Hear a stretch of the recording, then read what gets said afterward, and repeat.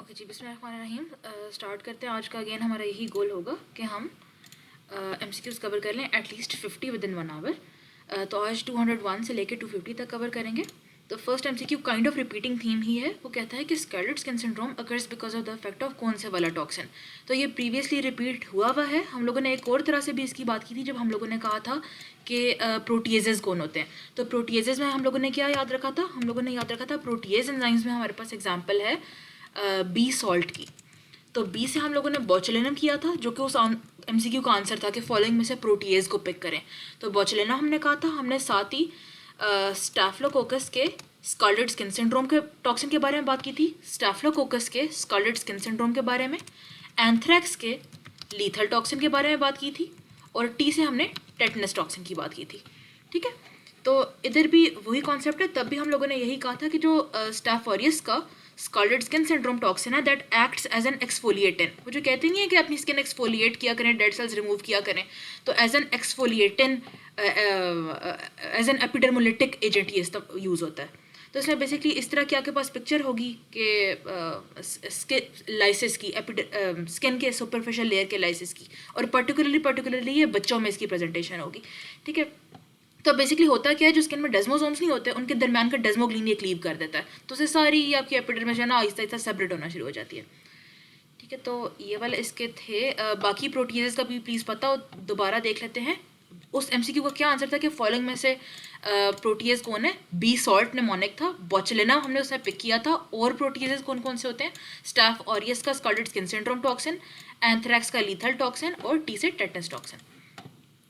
फिर ये बहुत simple, the organ of motility कौन सा वाला है? तो मोटिलिटी फ्लैजिला से होती है। इसमें पिलाए नहीं पिक करना। पिलस जो सेक्स पिलस बनता है स्पेशली, वो मोटिलिटी वो जीन ट्रांसफर के लिए होता है, वो मोटिलिटी के लिए नहीं होता, मोटिलिटी के लिए फ्लैजिलम होता है। Antibiotics that act by inhibiting the synthesis of bacteria cell wall and protein synthesis are most effective कौन से वाले फेज ऑफ ग्रोथ साइकिल में? तो अब देखें, कोई भी चीज़ तभी इफेक्टिव होगी कि जब वो बैक्टीरिया बन रहा है, जब न्यू बेबी बैक्टीरिया पैदा हो रहे हैं।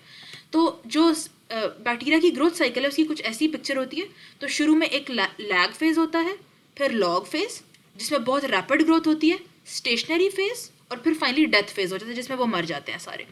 ठीक है, तो जिस फेज में वो बहुत ज़्यादा न्यू बेबी बैक्टीरिया पैदा हो रहे हैं, बहुत ज़्यादा न्यूट्रिशन यूज़ कर रहे हैं और बहुत रैपिडली नंबर मल्टीप्लाई हो रहा है, वो लॉग फेज कहलाता है। तो सेल वॉल भी इसी में बन रहे हैं क्योंकि न्यू बैक्टीरिया इसमें बन रहे हैं, प्रोटीन सिंथेसिस भी इसी में सबसे ज़्यादा तेज़ हो रहा है। तो एंटीबायोटिक्स जो इन कामों को इनहिबिट कराएंगी, वॉल के बनने को और प्रोटीन सिंथेसिस को इनहिबिट कराएंगी, वो लॉग फेज में सबसे ज़्यादा एक्ट करेंगी। इसमें एक कॉन्सेप्ट ये है कि वो आपसे पूछेगा कि जो पेनिसिलिन है, पेनिसिलिन मोस्टली किस फेज में एक्ट करती है? तो पेनिसिलिन क्योंकि सेल वॉल सिंथेसिस इनहिबिटर है, तो वो लॉग फेज में एक्ट करती है। इसमें एक और कॉन्सेप्ट ये कि वो पूछेगा कि पेनिसिलिन को किस एंटीबायोटिक के साथ कभी भी नहीं देना। तो पेनिसिलिन को कभी भी टेट्रासाइक्लिन के साथ नहीं देना।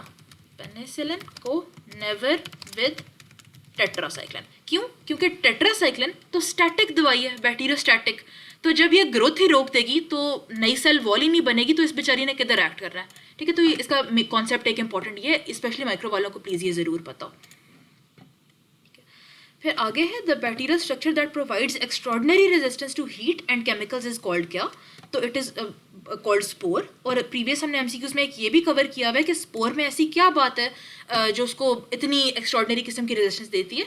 तो हमने तब बात की थी डिपिकोलिनिक एसिड की, और हम लोगों ने कहा था कि हम ये MCQ नहीं गलत करेंगे जब वो कहेगा कि spore of bacillus anthracis is made up of क्या? तो any spore of anything is made up of, it is composed of dipicolinic acid. तो चाहे वो बैसिलस एंथ्रेसिस है, तो इसको नहीं कंफ्यूज करना। जब वो कहेगा कि बैसिलस एंथ्रेसिस का कैप्सूल किससे बना होता है, तो उसका आंसर डीग्लूटामेट था। ठीक है, तो इसमें परेशानी होना, ये वाली बात नहीं गलत करनी। The bacterial structure that mediates the attachment of bacteria to specific receptors on the human cell surface। अब तो हमने कहा था कि अटैचमेंट के लिए और जो जेनेटिक ट्रांसफर था उसके लिए पिलस बनता था। ठीक है, पाइलाए थे उसके लिए, और मोटिलिटी के लिए फ्लैजिलम था। फिर एक और ये बहुत टिपिकल वाला ये भी रिपीटेड है कि acid fastness of mycobacteria is due to the presence of क्या? तो एसिड फास्ट मतलब होना कि वो कार्बोफ्यूसिन को पकड़ लेता है, कार्बोफ्यूसिन को लेट गो नहीं करता। जब आप डीकलराइजर डालते हो ना, तो कार्बोफ्यूसिन का प्यारा पिंक रंग नहीं उतरता। ठीक है, क्यों? क्योंकि वो सारा का सारा जम जाता है उसके माइकोलिक एसिड वाली आउटर फैटी लेयर के अंदर। ठीक है, तो एसिड मतलब वो पिंक क्यों नजर आता है Zn पे, एसिड फास्ट क्यों है, माइकोलिक एसिड की वजह से। ट्रिपोनिमा पैलिडम क्या चीज़ है, तो स्पायरोकीट है। स्पायरोकीट, इसको ग्राम्स में आप ना करें क्योंकि ये ग्राम से नहीं पिक करता प्यारा, तो ये स्पायरोकीट है। और अगर आपको देखना होगा तो आप डार्क फील्ड माइक्रोस्कोपी पे इसको देखोगे, ठीक है। तो स्पायरल शेप्ड स्पायरोकीट ऑर्गेनिज्म है।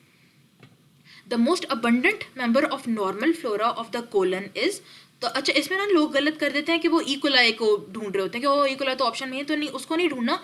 बैक्टीरियोइड्स फ्रेजिलिस का जो हमने नंबर किया था कि बी फॉर बेन 10, तो बैक्टीरियोइडिस 10⁻10 से 10⁻11 पर ग्राम ऑफ फीसिस के लिहाज से, जो कि बहुत ज़्यादा हाई काउंट है, तो उसमें सबसे मोस्ट अबंडेंट ये वाला है, ठीक है। और ये एक एनारोब है, ठीक है। The process by which purified DNA is injected into the nucleus of a eukaryotic cell is called dash. अच्छा इसमें ना एक हम ज़रा की पॉइंट्स भी रिमेंबर कर लेते हैं। इसमें एक जनरल थीम याद रख लें, फिर हम इस एमसीक्यू को कवर करते हैं। पहले कॉन्सेप्ट पढ़ लें। अच्छा अगर वो बात करेगा ना कि बैक्टीरिया टू बैक्टीरिया, इसको रिमूव कर देते हैं, ठीक है, ये एक बैक्टीरिया है, दूसरा बैक्टीरिया है, तो ये फेज आया, ठीक है, बैक्टीरियोफेज जो कि वायरस होता है, उसने इससे जेनेटिक मटीरियल ले लिया है, ठीक है, और अब वो लेके जा रहा है इसके अंदर, ऐसे इमेजिन कर लें, ठीक है। तो जब भी जेनेटिक ट्रांसफ़र या जेनेटिक चेंज हो रहा है फेज की वजह से ना, वायरस की वजह से, तो आपने कर देना है ट्रांसडक्शन, ठीक है, इसमें ये वाला वर्ड हो जाएगा।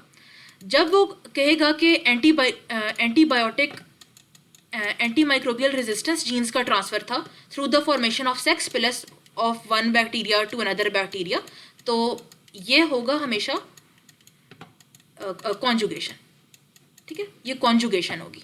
फेज वाला कौन सा था, ट्रांसडक्शन थी। Anti microbial resistance genes through sex pilus क्या है, कॉन्जुगेशन है, ठीक है।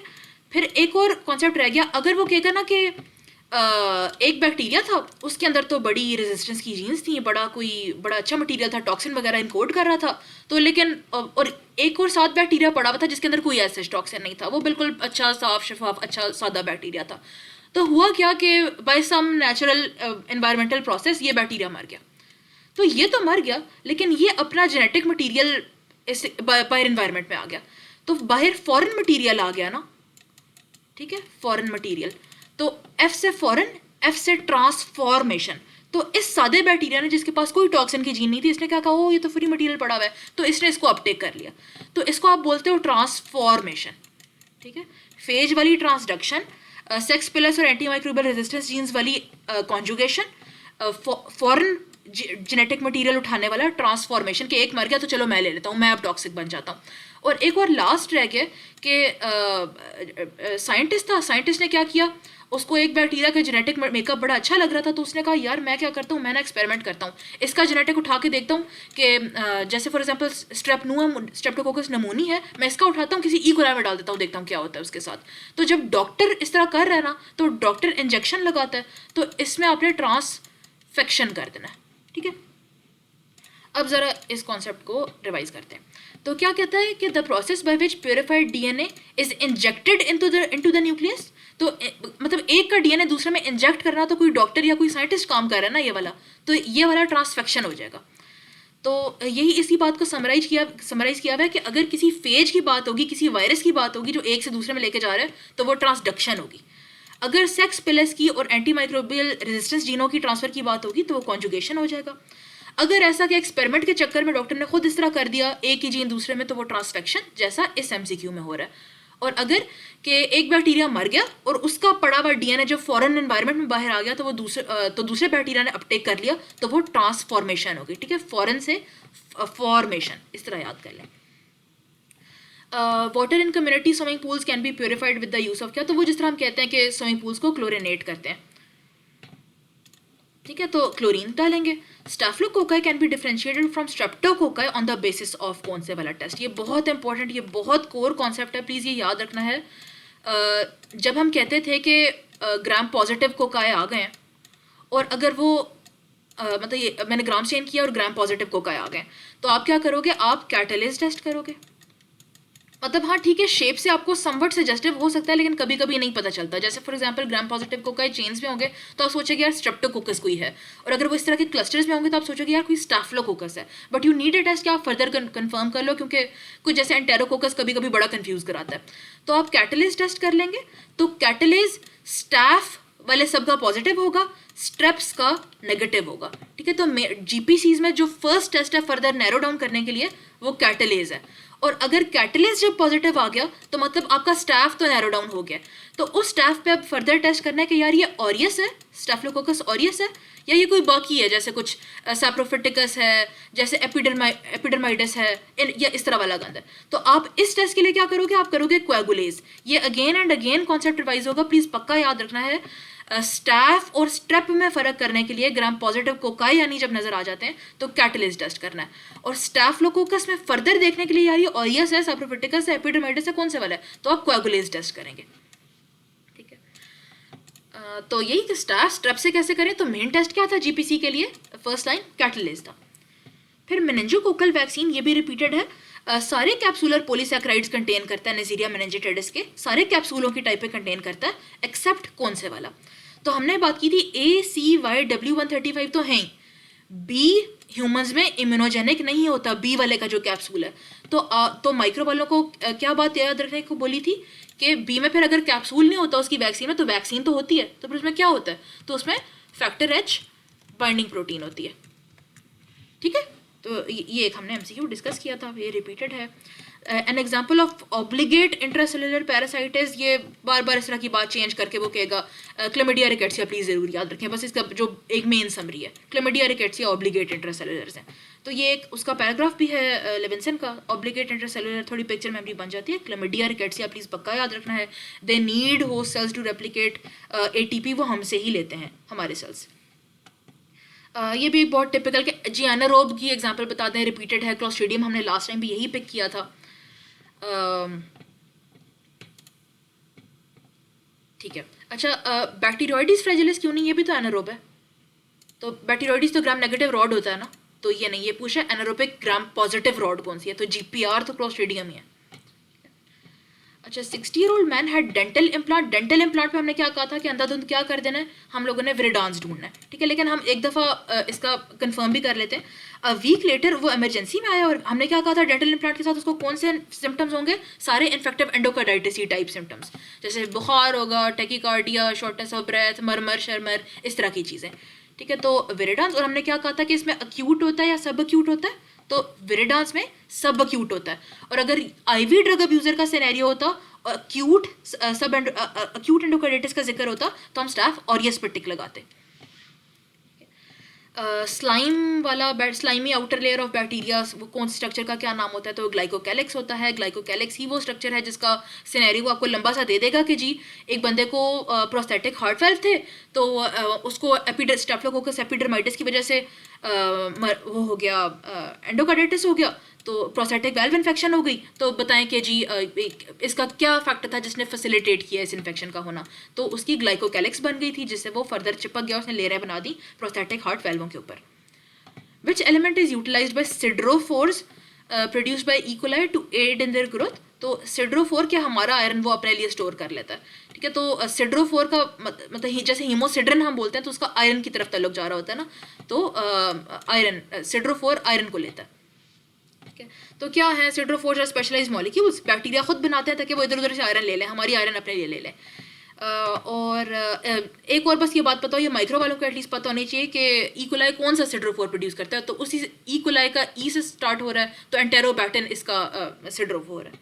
ठीक है, ठीक है। फिर antibiotic resistance can be mediated by the action of कौन सी चीज़, तो हमने कहा था रेजिस्टेंस जो है वो प्लाज्मिड्स से ट्रांसफर होती है। ठीक है, ये हल्की सी एक डायग्राम भी है, इसको बस जल्दी से गो थ्रू कर लेती हूँ। तो ये प्लाज्मिड है। प्लाज्मिड क्या है, double stranded extra chromosomal DNA जिसके ऊपर रेजिस्टेंस की जीनें होती हैं, तो वो फिर दूसरे बैक्टीरिया में जाती है। हमने क्या कहा था कि प्लाज्मिड यानी एंटी माइक्रोबियल रेजिस्टेंस की जीनें एक से दूसरे में through the formation of this sex plus किस प्रोसेस से जारी होती हैं, हमने कहा था कॉन्जुगेशन से। ठीक है, तो इसको हमने विजुअली भी देख लिया। अब ये दोनों गंदे रेजिस्टेंट बन गए बैक्टीरिया। ठीक है, शुरू में इस बेचारे में प्लाज्मिड नहीं था, अब ये गंदा बन गया। N example of a capsular polysaccharide vaccine is, तो कैप्सूल में एक जनरल सा असूल है कि जब भी कैप्सूल का लफ्ज़ है ना, अभी उस बात भी नहीं करेगा तो आप लोगों ने क्या याद कर लेना है, पेन का नेमोनिक, यानी स्ट्रेप्टोकोकस नमूनी, हेमोफिलस इन्फ्लुएंजी और नाइजीरिया मेनिंजाइटिस। ठीक है, तो यही तीन है जिनकी कैप्सूलर जिनके कैप्सूल बहुत तगड़े हैं, यही तीन है जिनकी कैप्सूलर वैक्सीन है, यही तीन है जिनके पास IgA प्रोटीएज है, और यही तीन है जिनकी आप वैक्सीन स्प्लेनेक्टमाइज्ड इंडिविजुअल्स में लगाओगे। ठीक है, तो ये एक बड़ा एक रिपीटिंग थीम वाला MCQ, तो वही कैप्सूलर पॉलीसैकेराइड नोमोकोकल यानी स्ट्रेप्टोकोकस नमूनी की vaccine contains the capsular polysaccharide. Glutaraldehyde से क्या स्टेरलाइज होता है, ये हमने कल भी बात की थी कि बड़ा एक पॉपुलर MCQ है कि जितने भी एंडोस्कोप हैं, जितनी भी रेस्पिरेटरी थेरेपी इक्विपमेंट है, वो ग्लूटाराल्डिहाइड से साफ होती है। कोई तीसरी दफ़ा MCQ रिपीट हो रहा है, और अगर माइक्रो वालों अगर वो पूछे कि कितने % से, तो हमने टिक करना है 2% पे। ठीक है, 2% ग्लूटाराल्डिहाइड पे। फिर sputum culture of a 20-year-old man, उस मैन को high grade fever, rigor, chill हो रहे हैं, शॉर्टनेस ऑफ ब्रेथ है और प्रोडक्टिव कफ भी है, यानी नमूनिया की वो बात बता रहा है। तो उसका आए हैं alpha haemolytic colonies blood agar पे, और हमें पता चला कि ये ग्राम पॉजिटिव डिप्लोकोकाई है, बाइल सॉल्युबल है, सेंसिटिव टू ऑप्टोजिन है। तो कौन सा ऑर्गेनिज्म है? अच्छा, इस MCQ में ना बेसिकली उसने हर वो पॉसिबल हिंट दे दिए हेल्प करने के लिए जो वो दे सकता था। तो इसको ज़रा ना हम अप्रोच करते हैं इस तरह। हमने बात की थी जब भी ग्राम पॉजिटिव कोकाई आ जाएं तो आप करते हो कैटलेज, तो कैटलेज टेस्ट से आपको पता चल जाएगा कि स्टाफिलोकोकस है अगर कैटलेज टेस्ट पॉजिटिव है, अगर ये टेस्ट नेगेटिव है तो आपको पता चल जाएगा कि स्ट्रेप्टोकोकस है। ठीक है, अब और हमने एक और पहले प्रीवियस MCQ में क्या कॉन्सेप्ट क्लियर कर लिया था कि स्टाफ में फिर फर्दर फर्क करने के लिए कि यार ये ऑरियस है या सैप्रोफिटिकस या एपिडर्माइडस है, तो आप क्या करते हो, कोएगुलेज टेस्ट, कोएगुलेज पॉजिटिव, स्टाफिलोकोकस ऑरियस होगा। ये बहुत कोर कॉन्सेप्ट है माइक्रो का, ग्राम पॉजिटिव कोका की अप्रोच से लेके। अच्छा, एक और बहुत कोर कॉन्सेप्ट, और ये MCQ आएगा, डिस्क कोई ना कोई आएगी कि फ्लां कौन रेजिस्टेंट तो फ्लां कौन सेंसिटिव, ये 3-4 डिस्क हैं, प्लीज़ इनका कॉन्सेप्ट पक्का कर लें। तो अच्छा, अब मसले में हम पढ़े जब उसने कहा कि कैटलेज नेगेटिव है और हमने बना लिया डिफरेंशियल स्ट्रेप्टोकोकस का। अब स्ट्रेप्टोकोकस में भी देखना है कि ये कौन से वाला स्ट्रेप्टोकोकस है, पायोजेनिस, एगलेटी, नूमो, कौन। तो आप हेमोलिसिस के अकॉर्डिंग डिवाइड करते हो। अगर अल्फा हेमोलिसिस है यानी पार्शियल हेमोलिसिस है, जो कि क्या टेंज देता है, ग्रीन टेंज देता है, तो तब आप लगाओगे ऑप्टोजीन। ऑप्टोजीन अगर सेंसिटिव है तो वो स्ट्रेप्टोकोकस नमूनी है, जैसे हमने इस सिनेरियो में देखा कि वो ऑर्गेनिज्म सेंसिटिव टू ऑप्टोजीन था, ग्राम स्टेन पे ग्राम पॉजिटिव डिप्लोकोकाई थे। ठीक है, तो अगर ऑप्टोजीन सेंसिटिव तो नोमो हो गया, और अगर नेगेटिव था इसका मतलब है कि वो बस एमी मुंह का ही कोई गंद आ गया था, यानी विरिडान शिरेडान जो मुंह का नॉर्मल फर होता है, स्ट्रेप्टोकोकस म्यूटान जो कि हमने कहा था कि प्लाक शाक में होता है, या स्ट्रेप्टोकोकस माइटिस, इस तरह का चीज़ें। ठीक है, तो ऑप्टोजीन का सेंसिटिव होना और बाइल सॉल्युबिलिटी पॉजिटिव होना, क्यों? क्योंकि बाइल की प्रेजेंस में इसका कैप्सूल लाइज हो जाता है, तो वो कॉलोनियाँ वहाँ से प्लेट से गायब भी हो जाती हैं जब आप बाइल ऊपर डालते हो तो। ठीक है, तो ये बातें स्ट्रेप्टोमो की हैं, प्लीज़ बाइल सॉल्युबिलिटी वो स्ट्रेप्टोकोकस नमूनी नहीं भूलना, और सिनेरियो कोई रेस्पिरेटरी सैंपल का ही होगा, कफ शफ का, इस तरह की कोई बात होगी, क्योंकि नमूनी विल कॉज नमूनिया। ठीक है, तो ये तो इस सिनेरियो वाली ही बात हो गई। साथ साथ और भी देख लें, क्योंकि अगेन एंड अगेन ये कॉन्सेप्ट रिवाइज ही होना है। तो स्ट्रेप्टोकोकाई में ये तो अल्फा हेमोलिसिस की बात हो गई, फिर बात करते हैं बीटा हेमोलिसिस की। तो बीटा इज कंप्लीट वाला हेमोलिसिस था, तो जो लैंसफील्ड ग्रुप्स के टॉप वाले थे, यानी ग्रुप A लैंसफील्ड और ग्रुप B लैंसफील्ड, तो वो दोनों बीटा हेमोलिटिक है।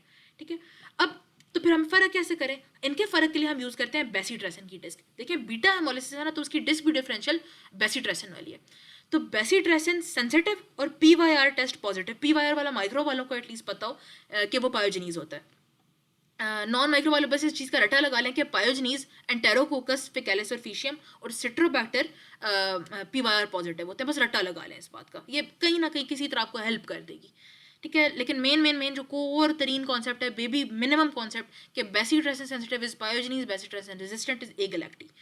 ठीक है, जब भी वो सिनेरियो देगा ना कि प्रेग्नेंट फीमेल थी और जी उसका बेबी हुआ था, बेबी को मेनिंजाइटिस हो गया, तो आपको ऑर्गेनिज्म नजर आया जो कि ग्राम पॉजिटिव है, चेन्स में है, बेसीट्रेसन रेजिस्टेंट है, तो गो फॉर एगलैक्टी। अगर वो आपको सिनेरियो देगा सेलुलाइटिस था, GPCs चेन्स में आ गए हैं, बीटा हेमोलिटिक हैं, तो क्या टॉप पे सोचना है? पायोजनीज, बेसीट्रेसन सेंसिटिव। ठीक है, फिर हम उस पर चलते हैं कि जिसने बेचारे ने हेमोलिसिस कोई शो ही नहीं किया और नॉर्मल हो गया, तो नो हेमोलिसिस वाला एंटेरोकोकस होगा। ठीक है, ओके। अच्छा, डिस्क का एक दफ़ा दोबारा प्यारी इसने समरी बताई हुई है, फर्स्ट एड वाले से कॉपी की है। तो ऑप्टोजीन हमने कब बात की थी? ऑप्टोजीन हमने बात की थी स्ट्रेप नोमो सेंसिटिव, जब रेस्पिरेटरी सैंपल देखें, ओ की शक्ल मुंह जैसी है ना, तो मुंह से इमेजिन कर लें कि कोई रेस्पिरेटरी सैंपल ना, कि लंग्स शंग्स ट्रेकिया शेकिया इस तरह की ओपनिंग्स इमेजिन कर लें ओ की शेप से। तो सेंसिटिव स्ट्रेप्टोकोकस नमूनी होगा और रेजिस्टेंट यानी मुंह का आपस में एमी गंदा आ गया, ब्रिडान शेरिडान है। नोवोबायोसिन किधर इस्तेमाल हो रही है? जब हमने मतलब अब कोएगुलेज तो नेगेटिव आ गया तो अपने फ़र्क करना है यार सैप्रोफिटिकस है या एपिडर्माइडस है। तो नोवोबायोसिन रेजिस्टेंट एपिडर्माइडस होगा, नोवोबायोसिन रेजिस्टेंट सैप्रोफिटिकस होगा और नोवोबायोसिन सेंसिटिव एपिडर्माइडस होगा। ठीक है, रेजिस्टेंट आर इसमें पहले आ रहा है ना, तो रेजिस्टेंट इज सैप्रोफिटिकस और इसका नोवोबायोसिन तो कोई ताल्लुक नहीं है। ठीक है, ओके, फिर चलते हैं बेसिट्रेसन। तो बेसिट्रेसन हमने किधर बात की? इस वाली जगह पे जब B for bacitracin, B for beta complete hemolysis था।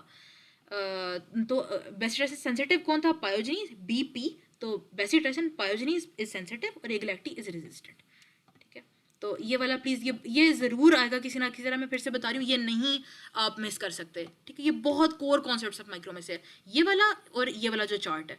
ठीक है, ये चंद ही एक दवाइयाँ हैं, इनको याद कर लें डिस्क को। अच्छा, फिर वो कहता है कि Candida albicans is part of the normal flora. तो किधर के नॉर्मल फ्लोरा का पार्ट है? तो अच्छा, इसका ना ये करेक्टेड एमसीक्यू है, पुरानी की थी कि बी, तो करेक्ट होके ये डी हो गया। इसका मैं आसान हल बताती हूँ। अच्छा, ये है ये लिविंसन का एक टेबल है। ठीक है, इसमें सारे नॉर्मल फ्लोरास की एक प्यारी सी समरी है। तो जो इंपॉर्टेंट है वो भी डिस्कस कर लेते हैं। अच्छा, जो है ना, हम बचपन में जो क्लासेस अटेंड करते थे एमबीबीएस में, तो सीबीएल अटेंड करते थे ना, केस बेस्ड लर्निंग वाले सिनेरियोज होते थे। तो जो सी, बी और एल है यानी lactobacillus, C candida, B bacteroides और एल लैक्टोबैसिलस, ये सब mouth colon vagina. Lactobacillus mouth colon vagina, bacteroid भी काइंड ऑफ मतलब इसको माउथ ही बना लें, तो माउथ कोलन विजाइना। ठीक है, तो सी बी एल वाले माउथ कोलन विजाइना के हैं। तो हमने इधर आंसर ठीक कर लिया कि अब डी पे करेक्ट हो गया। बाकी भी ज़रा इंपॉर्टेंट वाले करेक्ट कर लेते हैं। और हाँ, बैक्टीरियोइडीज की हमने क्या बात की थी कि कोलन में तो ये मोस्ट कॉमन नॉर्मल फ्लोरा का मेंबर है। ठीक है, अच्छा, क्लोस्ट्रीडियम के होने पे लोग बड़ा परेशान हो जाते हैं कि क्लोस्ट्रीडियम भी नॉर्मल फ्लोरा हो सकता है। तो यस, कोलन का होता है, क्योंकि वो ये नहीं कह रहा कि clostridium difficile normal flora of colon है, वो स्पीशीएट नहीं कह रहा, वो मतलब और भी तो क्लोस्ट्रीडियम्स हो सकते हैं। तो क्लोस्ट्रीडियम स्पीशीज जो नॉन ये मसलों वाले हैं, they can be normal flora of the colon.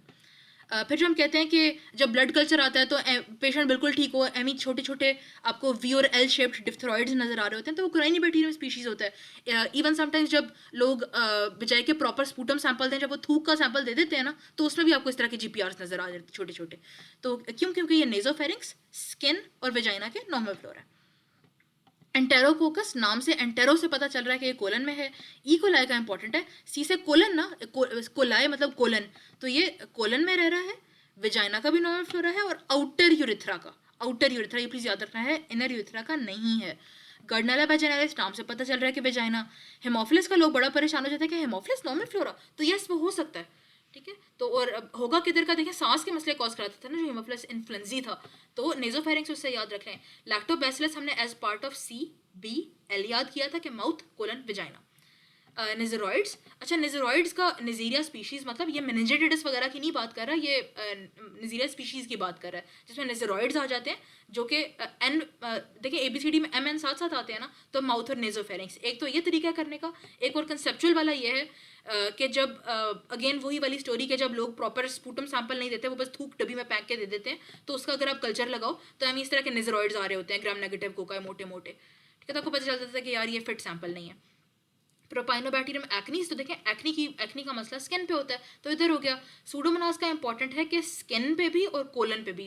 तो इसका कंसेप्चुअली आप ऐसे याद रख लें कि जब स्टूल का सैंपल लोग देते हैं, तो अगर प्लेट पे हम देखें यार नॉन लैक्टोज फर्मेंटर आ रहा है, ऑक्सीडेज पॉजिटिव है, तो सोच में नहीं पड़ जाना, क्योंकि सूडोमोनास तो स्टूल में आना ही था, वो तो कोलन का नॉर्मल फ्लोरा है। ठीक है, और बिकॉज ये स्किन का नॉर्मल फ्लोरा है, तो इसलिए जब स्किन की इंटेग्रिटी खराब होती है such as that and burns, तो ये फिर ज़्यादा गंदे मसले कॉज करा देता है।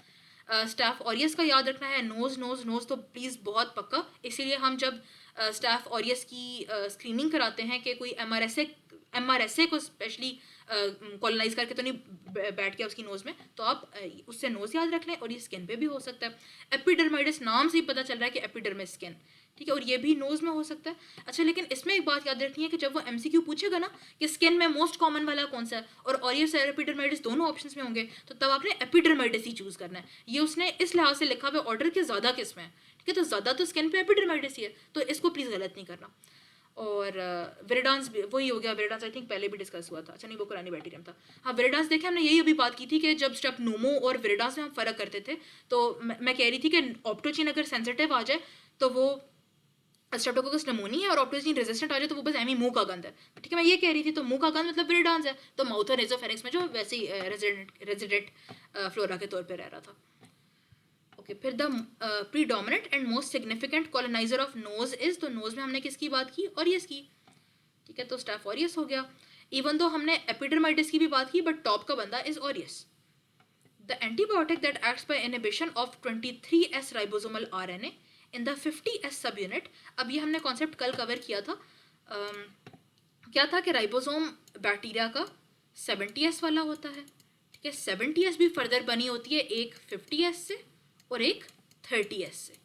ठीक है, 50 की हमने माइक्रो वालों के लिए स्पेशली क्या बात याद की थी कि 50 भी फर्दर बनी हुई है 23S की और 5S की। तो जो लिनेजोलेड है वो स्पेशल स्पेशल स्पेशल इस 23S पे ऐड करना पसंद करती है और प्रोटीन सिंथेसिस इनहिबिट करती है। ठीक है, तो प्रोटीन सिंथेसिस इनहिबिटर है 50S की भी 23S पे ऐड करने वाली। फिर acute traumatic fever is caused by अच्छा, अक्यूट ट्रोमेटिक फीवर का आप लोगों को एक सिनेरियो याद होता होगा। थर्ड ईयर में भी हम बहुत ज़्यादा इसको करते होते थे कि गला ख़राब हुआ है, तो जी गले ख़राब होने के बाद उसको तो माइट्रल वेल्व स्टेनोसिस हो गया है, उसको मरमर आ रहे हैं, बुखार है, और हाई पेनिसिलिन का प्रोफिलैक्सिस नहीं दिया इसलिए ये सब कुछ हो गया। तो ये पूरी एक जो दुखी कहानी होती थी, ये किस में होती थी? तो गला ख़राब करने वाला टॉप ऑर्गेनिज्म कौन से वाला हमने पढ़ा था जो बीटा हेमोलिटिक है? Streptococcus pyogenes. ठीक है, इसकी association with acute rheumatic fever and acute glomerulonephritis as complications नहीं भूलनी। इसमें एक और वो इम्यूनो के क्रॉसओवर के साथ है, ये भी एमसीक्यू पूछता है कि अक्यूट रूमेटिक फीवर कौन सा type of hyper sensitivity reaction है और अक्यूट ग्लोमेरुलोनेफ्राइटिस कौन सा type of hyper sensitivity reaction है। तो इसमें बहुत सिंपल सा असूल है। देखिए, रूमेटिक फीवर में 2 लेटर्स है ना, तो ये टाइप 2 हाइपर सेंसिटिविटी रिएक्शन है। जो अक्यूट ग्लोमेरुलोनेफ्राइटिस उसमें 3 लेटर्स है ना, तो वो टाइप 3 हाइपर सेंसिटिविटी रिएक्शन है जिसमें इम्यून कॉम्प्लेक्सेस बनते हैं। ठीक है, तो ये सिंपल सा एक बस ये याद रखना। तो अक्यूट रूमेटिक फीवर किसके बाद पूरी सैड कहानी शुरू हुई थी? गला खराब होने के बाद। गला खराब कौन कराता था? कौन? ये बीटा हेमोलिटिक था, सेंसिटिव टू बेसिट्रेसिन वाला पायोजेनीज था। The drug that acts by inhibiting the ergosterol synthesis is. अच्छा, ऐसे करते हैं, पहले ना हम इसका कॉन्सेप्ट पढ़ लेते हैं। ठीक है, किधर से शुरू करें? बाहर से शुरू करते हैं। अच्छा, हम लोगों ने कल इसी तरह का स्ट्रक्चर एक बात की थी जब हमने एंटी माइक्रोबियल्स के बारे में बात की थी। तो एक और दफ़ा बस ये फाइनल जोर है, लगा लें इकट्ठे एक दफ़ा इसी डायग्राम से याद कर लें एंटी फंगल्स का एक ज़रा। स्पेशली माइक्रो वाले इस बात को ज़रूर याद रखें। नॉन माइक्रो का तो मुश्किल ही है कि वो पूछे, लेकिन नॉन माइक्रो को एटलीस्ट जो cell wall synthesis, cell membrane integrity वाले और अर्गोस्टेरोल वाले, माइक्रो वालों को ये 3 डब्बे, नॉन माइक्रो वालों को ये 3 डब्बे पक्के याद होने चाहिए।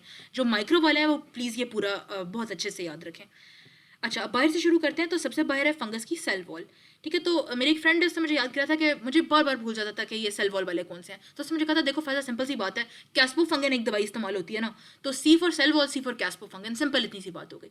तो कैस्पोफंगन की ड्रग क्लास साथ ही याद रख लेते हैं, एकाइनोकैंडिन है। तो सेल वॉल सिंथेसिस पे कौन इनहिबिट करा रहे हैं? एकाइनोकैंडिन्स, जिसमें हमारा बिलोंग करता है कैस्पोफंगन। ठीक है, माइक्रो वाले प्लीज़ ये भी बात याद रखें कि जो सेल वॉल है वो बीटा डी ग्लूकैन की बनी हुई है ना, फंगल सेल वॉल जो है। तो बीटा 1,3 डी ग्लूकैन सिंथेज एंजाइम को इनहिबिट करते हैं ये लोग। नॉन माइक्रो वाले बेशक कान बांध कर लें इस बात पे। ठीक है, तो लेकिन माइक्रो वालों को प्लीज़ ये याद हो, सिंपल इतना सा है कि बीटा डी ग्लूकैन की सेल वॉल है तो बीटा डी ग्लूकैन सिंथेज को स्टॉप कराता है। ठीक है, बस इतनी सी बात हो गई। फिर अंदर चलते हैं, सेल मेम्ब्रेन पे अब चलते हैं। ठीक है, अच्छा, सेल मेम्ब्रेन बनी हुई है इस अर्गोस्टेरोल की।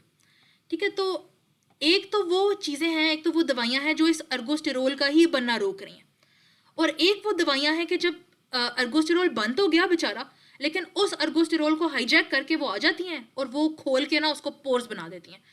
तो वो पोर्स बन जाते हैं, सारा कुछ अंदर का बाहर लीक आउट कर जाता है और वो फंगल सेल टूट जाता है। तो ये वाले कौन से हैं? पोलीयीन्स हैं, जिसमें आपके पोलीयीन ना तो नाम से ही मैच हो रहा है, एम्फोटेरेसीन, निस्टाटीन, इस तरह कर लें। ठीक है, तो अर्गोस्टेरोल पे ऐड करके पोर्स कौन बनाते हैं? पोलीयीन, P4 पोर, P4 पोलीयीन, यीन से एम्फोटेरेसीन, निस्टाटीन। ठीक है, अब हम किधर चलें, अब चलते हैं फाइनली अर्गोस्टेरोल की सिंथेसिस की बात करते हैं। अच्छा, ये सारा चक्कर शुरू हुआ स्क्वालिन से। तो स्क्वालिन कन्वर्ट हुआ स्क्वालिन एपॉक्साइड में। तो स्क्वालिन एपॉक्साइड स्क्वालिन एपॉक्साइडेज एंजाइम पे किसने ऐड कर दिया? टर्बिनाफिन ने। ठीक है, बिल्कुल शुरू वाला स्टार्टर स्टेप था ना, तो स्टार्टर स्टेप को टर्बो मोटर नहीं लगी ना, तो मोटर ख़राब हो गई, तो इधर से ये स्टेप आगे नहीं चला। फिर आगे बना जी लेनोस्टेरोल। लेनोस्टेरोल से बना था अर्गोस्टेरोल, जिसने फिर फाइनली हमारी सेल मेम्ब्रेन बना देनी थी। तो अब हुआ क्या कि यहाँ पे 14 अल्फा डी मेथाइलेज था जो कि इस लेनोस्टेरोल को अर्गोस्टेरोल में कन्वर्ट करता था। तो इस एंजाइम को किसने इनहिबिट करा दिया? देखिए, स्टेरोल स्टेरोल की बात हो रही थी ना, तो स्टेरोल का सिंथेसिस एजोल ने ब्लॉक कर दिया। ये भी राइमिंग वर्ड है, तो यानी एजोल्स के नाम भी सारे एजोल में ही एंड हो रहे हैं, तो ये भी इजी बात हो गई। इसमें याद रखिएगा फ्लूकोनाजोल, कीटोकोनाजोल, वोरिकोनाजोल। ठीक है, और वोरिकोनाजोल के हमने देने की किस में बात की थी? हम लोगों ने बात की थी एस्परजिलस में। और एम्फोटेरिसिन बी की हमने किस में बात की थी? म्यूकोर में। ठीक है, तो ये वाले बस थोड़े से की पॉइंट्स हैं, ये याद रखिएगा। एक लास्ट रह गया कि जो न्यूक्लिक एसिड सिंथेसिस है, तो वो कौन स्टॉप करा रहा है? फ्लूसाइटोसिन। ठीक है, देखें वो फ्लू हो गया ना, तो सारा डीएनए आरएनए तबाह हो गया, तो इधर से इसको इस तरह याद रख लें। ठीक है, अब एमसीक्यू क्या था? The drug that acts by inhibiting ergosterol. तो अर्गोस्टेरोल का हमने नाम मैच किया था किससे? अर्गोस्टेरोल एजोल। तो एजोल कौन है इसमें से? कीटोकोनाजोल। अच्छा, अब काइंड ऑफ ऐसे मेट्रोडाजोल का भी नाम इससे मैच हो रहा है, लेकिन नहीं, मेट्रोडाजोल एंटी फंगल नहीं थी, ये तो एंटीबायोटिक थी, एंटी हेलमेंथे, एंटी प्रोटोजोल थी। ठीक है, जैसे फ्लैजिल हम जियार्डिया वगैरह में यूज़ करते थे, तो ये तो उधर की दवाई थी। ठीक है, और एनारोब्स में हम मेट्रोडाजोल यूज़ करते थे, तो इसको नहीं पिक कर देना। ठीक है, ध्यान रखना है कि कीटोकोनाजोल, वोरिकोनाजोल, फ्लूकोनाजोल ये एंटी फंगल्स हैं। N example of toxoid vaccine is कौन से वाली? तो देखिए, बस आप अगर कुछ भी नहीं समझ आ रही ना, तो इसको इस तरह याद रखना कि किसका हम पैथोजेनेसिस में टॉक्सॉइड की बात करते थे। तो देखिए, टेटनस टॉक्सिन, डिप्थीरिया टॉक्सिन, तो डिप्थीरिया कुरैनीबैक्टीरियम डिप्थीरिया का टॉक्सॉइड वैक्सीन होगी। फिर एक और बहुत पॉपुलर एमसीक्यू के बीसीजी वैक्सीन कौन से वाली वैक्सीन है? तो बहुत बहुत बहुत पॉपुलर है कि किधर गई? लाइव वैक्सीन है। अच्छा, लाइव ना प्लीज़ एक और याद रख लें, किधर गया यहाँ पे बीसीजी? हाँ, ये टीबी वाला BCG Mycobacterium bovis derived vaccine जो है, ये लाइव वैक्सीन होती है। और साथ ही याद रख लें कि देखिए, रैबिट होता है ना, तो रैबिट भागता है, तो रैबिट से कौन सी बीमारी होती है? रैबिट हंटर में स्पेशली जो वो एक सिनेरियो देगा, तो टुलरीमिया होता है, तो फ्रांसिसेला टुलरेंसिस। तो रैबिट भागता है, जिंदा है तो वो भागता है ना, तो लाइव ऑर्गेनिज्म। ठीक है, तो ऐसे याद रख लें, बोविस और टुलरीमिया का लाइव ऑर्गेनिज्म प्लीज याद रख लें। ठीक है, साथ साथ और लाइव भी लिखा हुआ है, जैसे विब्रियो कॉलरी का इसने कहा है कि यूएस वाला एक लाइव होता है, हमारे पास कोई नहीं इसकी लाइव होती है, हमारे पास किल्ड वाली होती है। और टाइफी की जो ओरल वाली वैक्सीन है TY21A, वो लाइव वाली होती है, लेकिन पता हो कि जो पाकिस्तान वाली है वो कैप्सूलर पॉलीसैकेराइड वाली है। ठीक है, अच्छा जी, और जो वो पूछ रहा था कि टॉक्सॉइड वैक्सीन किसकी होती है, तो टॉक्सॉइड वाली हमने क्या कहा था? Diphtheria toxin, tetanus toxin. ठीक है, ठीक है। अच्छा, और जब कुछ नहीं पता चल रहा ना, तो बस कर देना कि किल्ड वैक्सीन है। ठीक है, सिवाय जो जो मैंने पिन याद कराए थे, यानी पिन, पी से नूमो, आई से इन्फ्लुएंजी, हेमोफिलस इन्फ्लुएंजी, और एन से निजीरिया, तो इन तीन की तो कैप्सूलर थी, तो बस इसके अलावा जो कुछ भी है ना वो किल्ड है। ठीक है, सिवाय दो के जो के हैं टू हमारे बीज, किधर गए? हाँ, बॉर्डर बीज यानी बॉर्डेटेला परटूसिस, जिसमें प्योरीफाइड प्रोटीन्स है, और दूसरा बी क्या है? बैसिलस एंथ्रेसिस, इसमें इसमें प्योरीफाइड प्रोटीन्स हैं। इसके अलावा जो कुछ भी है वो किल्ड है। ठीक है, तो बस ये हमने याद कर लेना है। The dye present in LJ medium, LJ medium किसके लिए होता था? एलजे मीडियम टीबी के लिए होता था। तो कौन क्या चीज़ है एलजे मीडियम में जो कि अनवांटेड को इनहिबिट करा देती है? तो अगर हम एलजे मीडियम का जरा कलर रिवाइज करें, तो एलजे मीडियम किस कलर का होता है? इस तरह के ग्रीनिश से टिंज का होता है ना, और इस तरह की फ्लफी सी कॉलोनीज आपको माइकोबैक्टीरियम ट्यूबरकुलोसिस की नजर आती हैं इसके ऊपर। और इसीलिए माइकोबैक्टीरियम ट्यूबरकुलोसिस को माइको इसीलिए कहा जाता है। माइको तो वो तो माइकोलॉजी, मतलब जैसे फंगस शंगस, तो इसकी कॉलोनियाँ because they resemble fungus when they grow on culture, तो इसीलिए इसका नाम माइकोबैक्टीरियम का पड़ा था। ठीक है, तो क्या ओरिजिनल बात क्या हो रही थी कि ये ग्रीनिश से कलर का है, तो ग्रीन से हमने क्या बात की कि मेलाकाइट ग्रीन है इसमें जो डली हुई है, और malachite green acts as a selective agent, तो बाकी सब कुछ अनवांटेड मर जाता है और टीबी प्यारा उग जाता है। इसमें एक और ये भी बात पूछी जाती है कि एलजे मीडियम में ग्लिसरोल क्यों डालते हैं? तो स्पेशली माइक्रो वालों को प्लीज़ ये बात पता हो कि ग्लिसरोल का स्पेशल पर्पस ये है कि it is favourable for Mycobacterium tuberculosis, लेकिन जो एंटीएम्स है ना, मतलब नॉन टीबी वाले लोग, जैसे बोवेस शोवेस, तो फलां फलां फलां, तो इनके लिए ये इतना फेवरेबल नहीं होता। तो ज़्यादा फेवरेबल फॉर टीबी, जो कि फिर उग जाएगा, और जो बाकी सब है वो मर जाएंगे। ठीक है, क्योंकि उनके लिए ग्लिसरोल नहीं, उनके लिए फेवरेबल। ठीक है, तो इस तरह का एमसीक्यू आएगा कि जी बताएं कि ग्लिसरॉल क्यों, तो हाँ जी क्योंकि ये माइकोबैक्टीरियम ट्यूबरक्लोसिस की स्पेशल ग्रोथ इनहेंस कराएगा, और बाकी जो नॉन टीबी वाले हैं उनको इतना प्यारा नहीं हो जाएगा, उनको इनहिबिट कर देगा क्योंकि they don't use glycerol as a source of carbon. Okay, फिर है gram stain of an isolate आपने किया यूरिन कल्चर से, तो आपको gram positive cocci in clusters नजर आए, और तो यूरिन में कौन आना था gram positive cocci in clusters, saprophyticus आना था, यूरिन ट्रैक्ट इन्फेक्शन कॉज कराने वाला। तो और ये क्या था, कैटेलेज क्या था, पॉजिटिव था, और कोएगुलेज इसका क्या था, कोएगुलेज नेगेटिव था। कोएगुलेज पॉजिटिव किसकी हमने याद किया था, ऑरियस का। तो resistance to which diagnostic drug, अब अच्छा अगेन फिर से बता रही हूँ ये डायग्नोस्टिक ड्रगों वाले सवाल आएंगे, तो किस ड्रग पे रेजिस्टेंस थी, तो उसने कहा कि हाँ जी मैंने तो अब एस्टैब्लिश कर लिया कि सैप्रोफिटिकस ही है, तो सैप्रोफिटिकस में हमने कहा था आर, तो रेजिस्टेंट टू कौन सी ड्रग, नोवोबायोसिन। ठीक है, ये फिर से वही फर्स्ट एड वाला टेबल है, नोवोबायोसिन की रेजिस्टेंस किस में थी, सैप्रोफिटिकस में, और सेंसिटिविटी किस में थी, एपिडर्माइडिस में। ठीक है, ऑप्टोचिन का हमने ओ से याद किया था कि ट्रेकिया शेकिया मुंह शू इस तरह की ओपनिंग्स हमने याद रखनी है, और तो उधर से हम याद रख लेंगे कि स्ट्रेप्टोकोकस नमूनी, ठीक है, कि लंगों शंगों में ट्रेकिया शेकिया इस तरह ओपनिंग से नुमो याद रख लें, और ओ यानी माउथ वाली शेप से विरिडान जो कि मुंह का रेजिडेंट फ्लोर है। तो सेंसिटिव कौन होगा, वो चीज़ जो हम देखना चाह रहे हैं स्ट्रेप्टोमो, और जो गंध है वो कौन है जो रेजिस्टेंट है, वो विरिडान से। फिर B for beta haemolytic, beta haemolytic में हम किससे डिफ्रेंशिएट कर रहे थे, बेसिट्रेसन से। सेंसिटिव पायोजनीज था, रेजिस्टेंट एगलैक्टिक था, पायोजनीज ग्रुप ए था, एगलैक्टिक ग्रुप बी। फिर अगले पे चलते हैं, the agent use to disinfect contact lenses and also as an antiseptic to clean wounds is, तो कॉन्टैक्ट लेंसेज का बड़ा पॉपुलर के हाइड्रोजन पेरोक्साइड से साफ करें। ठीक है, ये एक वो टिपिकल वाले। एक इसका पूछेगा, एक ग्लूट्रेडिहाइड का पूछेगा कि एंडोस्कोप्स के लिए यूज़ होता है, एक बेड पैन्स का इस्तेमाल करेगा, बेड पैन्स फिनोल से साफ़ होते हैं। आईवी सॉल्यूशंस की बात करेगा, तो उसका हमने क्या कहा था आईवी सॉल्यूशंस का, कि फिल्ट्रेशन बेटर देन रेडिएशन। और क्या पूछ सकता है, हाँ पूछेगा कि ब्लड स्पिल के बाद HIV BC इस तरह के ब्लड स्पिल के बाद ज़मीन किस तरह साफ़ होती है, तो वो हाइपोक्लोराइड पिक करना है। और आई डोंट थिंक इससे बाहर वो कुछ पूछेगा। और स्टेथोस्कोप किससे पर साफ होता है, 70% अल्कोहल से। इसके अलावा आपसे स्टेरिलाइजेशन का वो नहीं पूछने लगा। ओके, फिर है स्कारलेट फीवर किससे कॉज होता है, तो स्कारलेट फीवर बड़ा पॉपुलर है पायोजनीज का। देखें पायोजनीज का हम लोगों ने स्ट्रेप्टोकोकस पायोजनीज की बात हो रही है, वो जो गला ख़राब कराता था, तो स्कारलेट फीवर भी उसी से है, रोमैटिक फीवर भी उसी से, एक्यूट ग्लोमेरुलनेफ्राइटिस भी उसी से।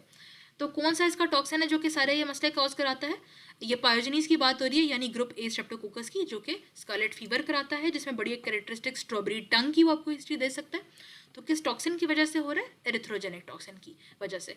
माइक्रो वालों को ये भी प्लीज़ पता हो कि क्या हर पायोजनीज स्कारलेट फीवर कराएगा, तो नहीं, ओनली दैट पायोजनीज जिस जो लाइसोजेनाइज्ड है, यानी जिसमें फेज वो जीन लेके आके दे चुका है, गिफ्ट कर चुका है उसको, तो only those lysogenized by a bacteriophage will produce erythrogenic toxin, जो कि स्कारलेट फीवर का टॉक्सिन है।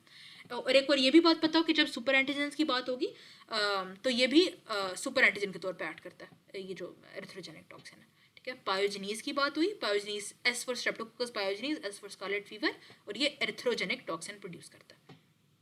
देखिए इसमें रैश हो रहा होता है ना, वो बड़ा सैंड पेपरी वाला रैश जो इसका कैरेक्टरिस्टिक होता है, तो S for sand paper rash, S for scarlet fever, इस तरह याद रख लें। और रैश से मतलब बड़ी स्किन पे रेडनेस हो जाती है ना, तो रेडनेस से याद रख लें कि एरिथ्रोजेनिक टॉक्सिन। ओके, फिर द प्रोसेस बाय विच, तो दूध को एक तो इतनी इधर से अगर बात हुई है तो पास्चराइजेशन की बात होगी, लेकिन हो सकता है कि वो इतना आसान MCQ नहीं दे, तो इसके दोनों आपको याद हो, मुश्किल वेरिएंट भी याद हो, कि जब वो दूध को हीट करने की बात करेगा for 62 degrees to 30 minutes, for 30 minutes, तो तब हम करेंगे holders method of pasteurisation, HOLDER। देखिए होल्ड कर दिया ना आधे घंटे के लिए इतना टेम्परेचर, तो होल्डर्स मेथड। और अगर वो बात करेगा कि 72 डिग्रीज फॉर 15 सेकेंड्स, तो देखिए फ्लैश लगा ना बस, मतलब 15 सेकंड में वो ठीक हो गया, तो वो फ्लैश पास्चराइजेशन कहलाएगी। तो दोनों तरीकों से हम प्रिपेयर्ड हो। ठीक है, यही वही बात है कि होल्डर्स मेथड कौन से वाला है, कि जब आप 62 डिग्रीज फॉर 30 मिनट्स करो, और फ्लैश पास्चराइजेशन क्या है, जब आप 72 मतलब 10 इसमें बढ़ा दें, तो 72 डिग्रीज फॉर 15 सेकंड ही जैसा आप करो। ठीक है, तो इससे सारे गंदे वाले मर जाएंगे जिन्होंने मिल्क से होना था, ये ब्रुसेला, शुसेला, बोवे, salmonella. The smallest pathogenic bacteria known to mankind, ये हमने कल भी कॉन्सेप्ट रिवाइज किया था कि सबसे छोटा भी है और बेचारे की वॉल भी कोई नहीं है। तो स्मॉलेस्ट वाला कौन सा है, the smallest bacteria is mycoplasma, और smallest bacteria is equal to the largest virus, जो कि पॉक्स वायरस है। ठीक है, अच्छा अब देखिए, इसने कंफ्यूज करने के लिए माइकोप्लाज्मा भी दिया हुआ है, माइकोबैक्टीरिया भी दिया हुआ है, तो गलत ऑप्शन नहीं पिक कर देना ध्यान से कि माइकोप्लाज्मा ही होगा, ठीक है। ये कल का कॉन्सेप्ट फिर से रिवाइज हो रहा है कि बीटा लैक्टोमेजेस जो कि ग्राम नेगेटिव बैक्टीरिया में देखते हैं हम, तो ये किस उनकी जगह में होते हैं, तो उसमें हमने कहा था पेरीप्लाज्मिक स्पेस में। पेरीप्लाज्मिक स्पेस किधर थी, आउटर और इनर मेम्ब्रेन के दरमियान में। ये भी हमारा कल का कॉन्सेप्ट है। हम लोगों ने क्या कहा था कि पेप्टिडोग्लाइकन का दूसरा नाम क्या है, बैक्टीरिया की सेल वॉल का दूसरा नाम क्या है, जो कि पेप्टिडोग्लाइकन कहलाती है, म्यूरीन उसका दूसरा नाम है, ठीक है। तो ये लेविंसन की एक डिटो लाइन है। द टर्म पेप्टिडोग्लाइकन क्यों हम इसको बोलते थे, जैसा हमने कल देखा था कि नैम और नैग की चेनें थी जो कि ग्लाइकैन्स थी, जो कि शुगर्स थी, और सारी ग्लाइकैन की चेनों के लिंक्स बने हुए थे पेप्टाइड से, तो पेप्टिडोग्लाइकन इसका नाम पड़ा। और इसके सेम नाम और क्या क्या है, म्यूरीन और म्यूकोपेप्टाइड, ठीक है। तो इधर उसने म्यूरीन का ऑप्शन दिया हुआ है। बैक्टीरिया रिप्रोड्यूस कैसे, ये वही एक जो बचपन की बात के बाइनरी फिशन से करते हैं। बैक्टीरियल एक्सोटॉक्सिन्स, हाँ अच्छा अब देखें, ये वही जो कॉन्सेप्ट हम लोगों ने किया था कि bacterial exotoxins encoded by phage genes, bacteriophage are transferred किस तरह। तो जब भी जीनों की ट्रांसफर हमने वायरस से होने की कही थी, तो हमने क्या कहा था उसमें, हम ट्रांसफॉर्मेशन, ट्रांसडक्शन, कॉन्जुगेशन क्या करेंगे, फेज वाला इज ट्रांसडक्शन, अंधाधुंध, ठीक है। तो ये फिर से वही कॉन्सेप्ट रिवाइज है, फेज वाला ट्रांसडक्शन कहलाएगा, सेक्स प्लस और एंटी माइक्रोबियल रेजिस्टेंस जीन्स वाला कॉन्जुगेशन, और जब होगा कि डॉक्टर ने खुद जीन उठा के डाली है, ट्रांसफेक्शन, और जब एक बैक्टीरिया मर गया और उसका टॉक्सिन का जीन किसी और ने ले लिया, तो वो ट्रांसफॉर्मेशन कहलाएगा। ये भी एक repeated, the rapid cell division of bacteria किस फेज में होती है, रैपिड डिवीजन लॉग फेज में होती है, ठीक है। और हमने इसका क्या कॉन्सेप्ट किया था, लॉग फेज कौन से वाला था, ये सेकंड वाला, जिसमें बड़ी रैपिड तेज स्ट्रेट लाइन ऊपर जा रही है।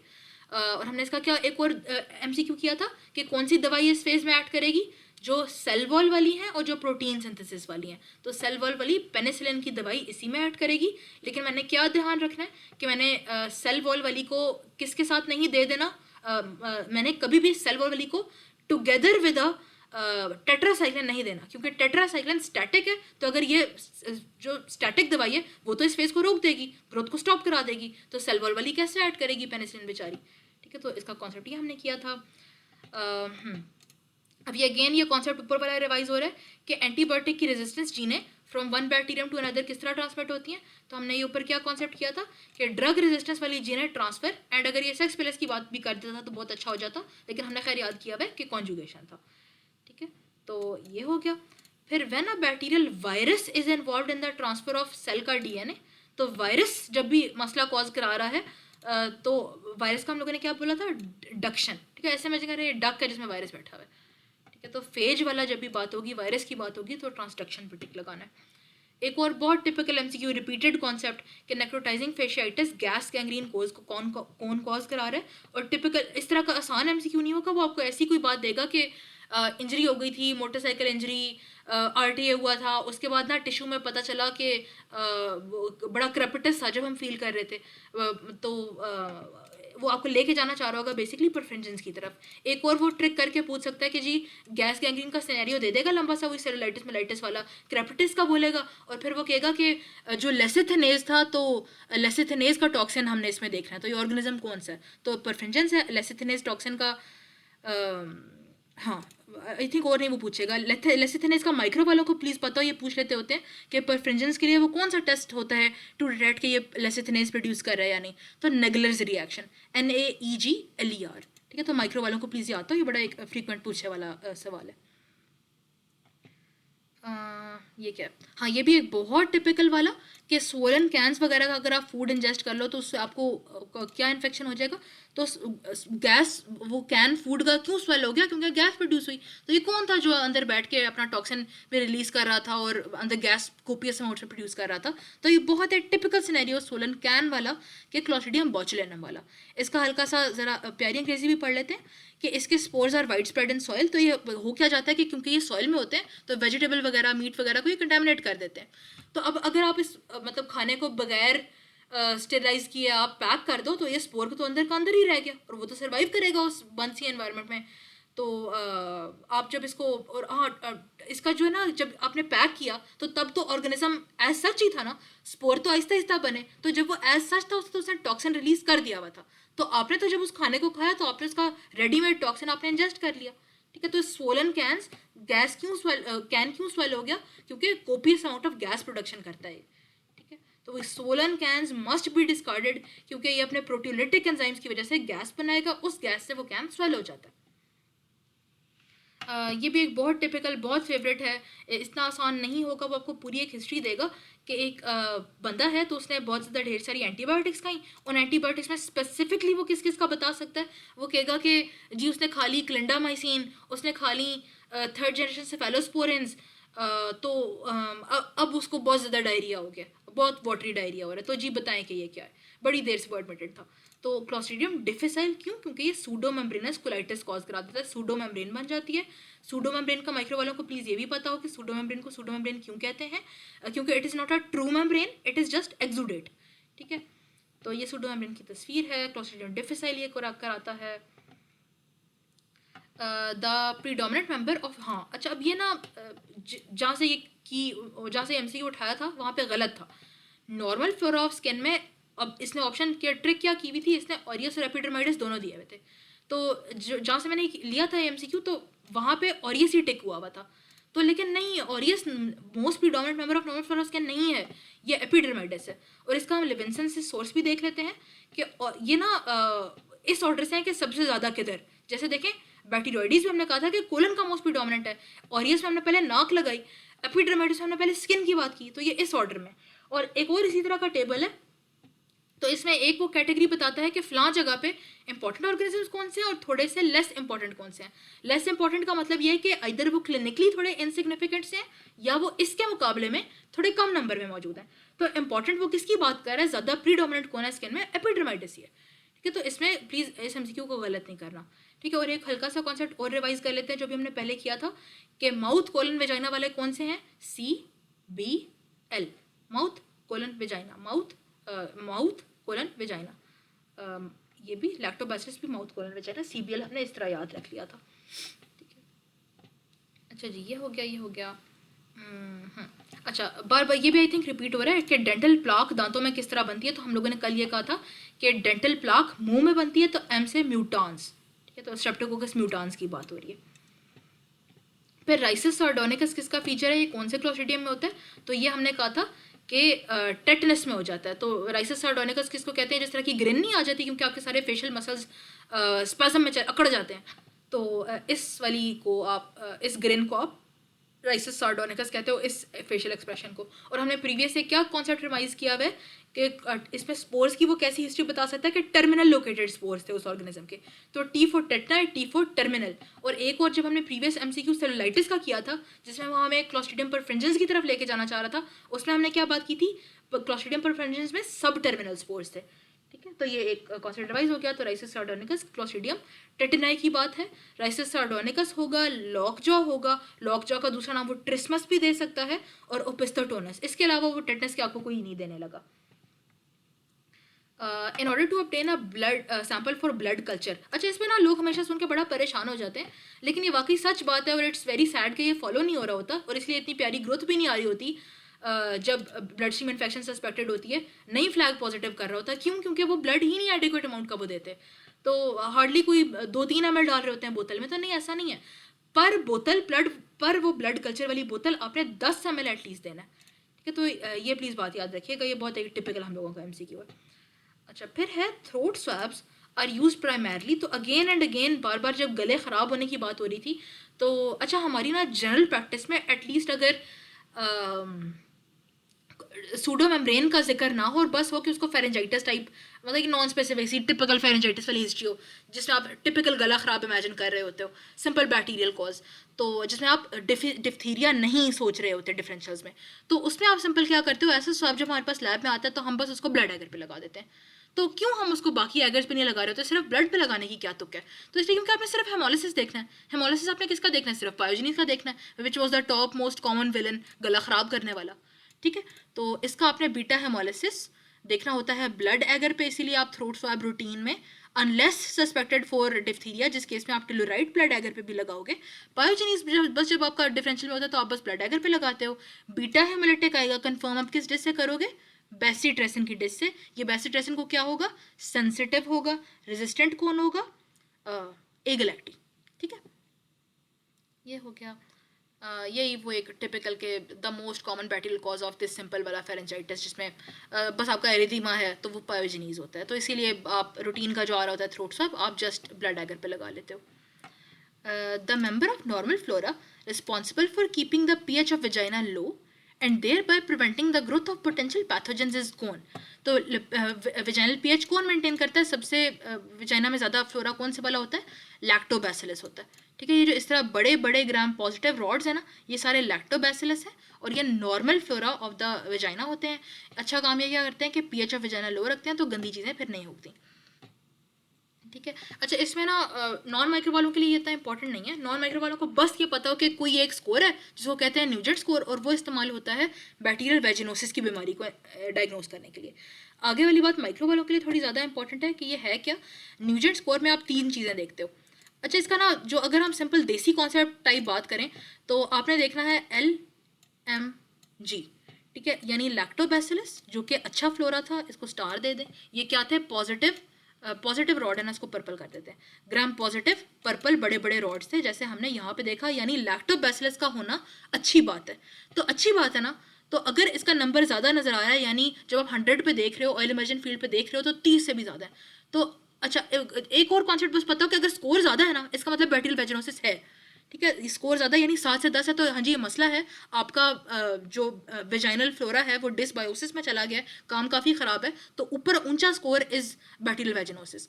तो अगर लैक्टोबैसिलस अच्छे आ रहे हैं तो स्कोर तो फिर कम ही हुआ ना, मतलब all okay, everything is fine. तो लैक्टोबैसिलस का ज़्यादा होना अच्छी चीज़ है। दूसरा बात करते हैं मोबिलिंकस की। तो देखें पुराने ज़माने में जो मोबाइल होता था, तो मोबाइल कर्व शेप का होता था ना। ठीक है, तो जो आप मतलब फ्लिप फ़ोन जो होते थे जो कि इस तरह बंद होते थे, तो उसको आप खोलते तो वो सी शेप का बन जाता था। तो मोबाइल से मोबिलंकस याद रख लें, तो कर्व्ड ग्राम नेगेटिव रॉड्स हैं। ठीक है, तो क्योंकि ये कर्व्ड ग्राम नेगेटिव रॉड है तो इसको ऐसे कर देते हैं। ठीक है, कर्व्ड ग्राम नेगेटिव रॉड्स। अच्छा, ये भी अब गंदी चीज़ है, इसका आना बुरी बात है।